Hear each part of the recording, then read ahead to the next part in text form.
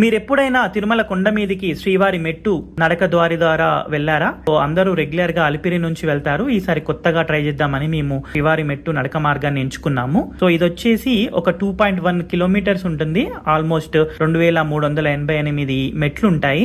సాయంత్రం 5:20 మేము స్వామివారి పాదాల దగ్గర ఒక కొబ్బరికాయ కొట్టి నడకని స్టార్ట్ చేశాము. అయితే ఒక 300 మెట్లు ఎక్కేసరికి కొంచెం అలవాటైపోయింది. బట్ ఇంకా నడుస్తూ ఉన్నాము. ఒక 700 మెట్టు వరకు వచ్చాము ఇప్పుడు.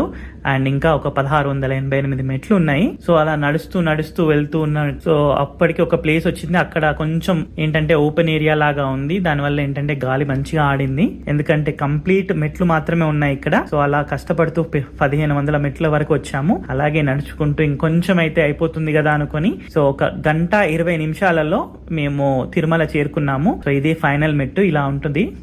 మీరు